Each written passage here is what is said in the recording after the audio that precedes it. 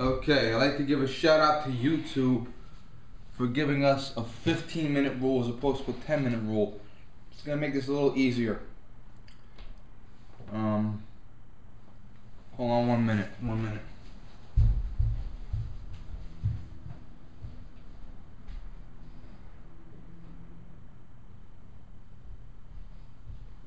I needed something for a minute. I needed my knife. I wanted to show you guys something later. Okay. Well, I have told many people many times, if something is going wrong, call 911. If you see a crime in progress, call 911. If there's a fire, call 911. And that's just generally common sense. But because I'm the one person that always says call 911, I feel that I should be the one person to discuss the entire truth about 911. Now, this is not a video to bash gun opponents. This is not a video to champion conservative justice or gun rights or anything like that. This is a video I'm going to discuss some really important things. Some of them I know personally.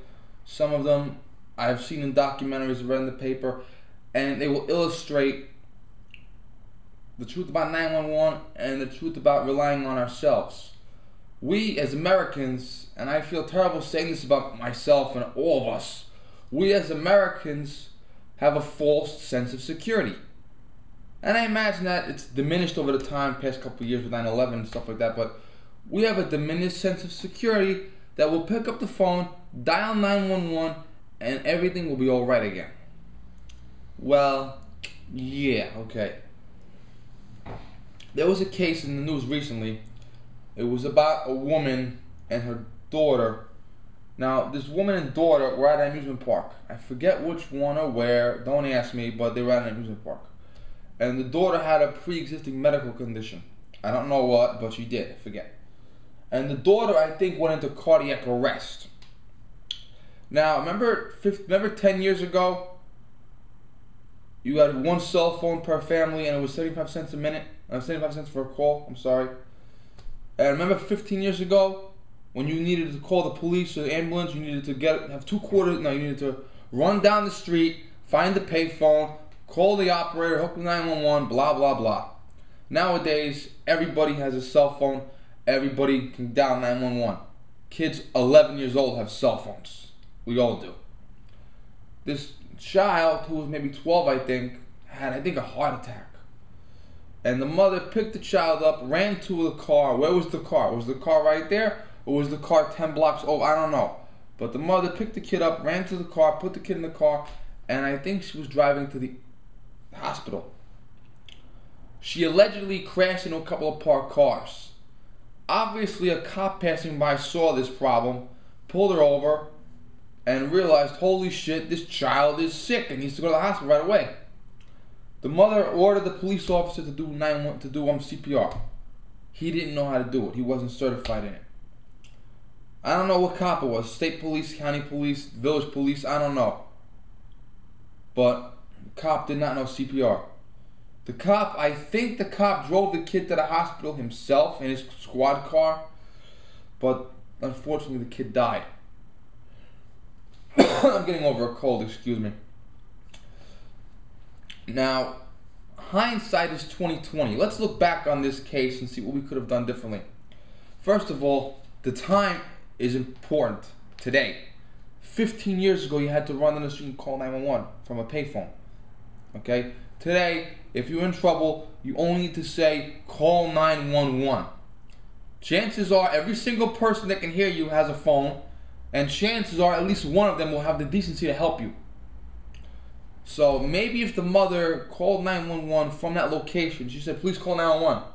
Maybe an ambulance could have met her at that location and maybe things could have been better. I don't know. But let's face it, when the mother got in the car and drove herself, she was endangering lives. Let's face it, when your child is in danger, you don't have a clear fucking head. You're like, huh? You don't think. And you do rash things. Now also, should the cop have known CPR? Absolutely. No question about it. But should the mother have known CPR?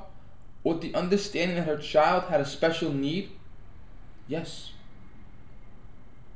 If you live or have constant connections, maybe your neighbor, maybe your person you visit a lot, if you live with or have constant interactions with someone that has a pre-existing medical problem, you need to know how to deal with that problem. If you have an elderly person that has a heart condition, maybe you should learn CPR. If you have a child that has a problem, maybe you should learn this or that, or learn how to give an insulin shot, or learn how to hook the patient up to this machine. I mean, you should take proper precautions to making sure that you have the proper medical training or other technical training to deal with the problem. Because as I'm going to explain in this video, we can't always rely on someone to help us. We can sometimes, but not all the time. Now here's my story. I have a little story I want to tell. I need a prop. A few years ago, a lady in my building and her husband were parking their car across the street. They had never parked across the street before, but they did this time. I found this out later. Now, this is my building. This is the street. This is the fence. And the fence is like yay high anyway. This is a really low fence. This is a hill that goes down to a field. The lady and her husband parked here, parallel to the fence. They went upstairs and went in the house and went about their lives. That night, about 2 o'clock in the morning, I'm in bed. Now, I live on the first floor. We have ground, then 1, then 2, up to 7. I'm 1 level above the ground. And I'm across the street. Don't forget, my building's across the street. And I hear the screeching of a tire. It is a tire screech from hell frozen over twice. And I am awoken and I almost shit my pants from the terror. And all I hear is boom. Big ass fucking bang. Now I keep my cell phone above my bed. Back then I didn't. I jumped out of bed, ran into the next room, the kitchen, got on the phone and dialed 911. Now I can dial 911 and tell them my home address if I'm drunk and in a coma. And I said to them, you have an accident at my address in the street. I said send ambulance and send police. Police usually don't give a shit if you have an accident. They tell you to call the insurance company. But if you have an accident with that loud of a fucking bang, they want to be there to write up a report. And obviously the paramedics. Now in my hometown, when you call the paramedics, you get a fireman too.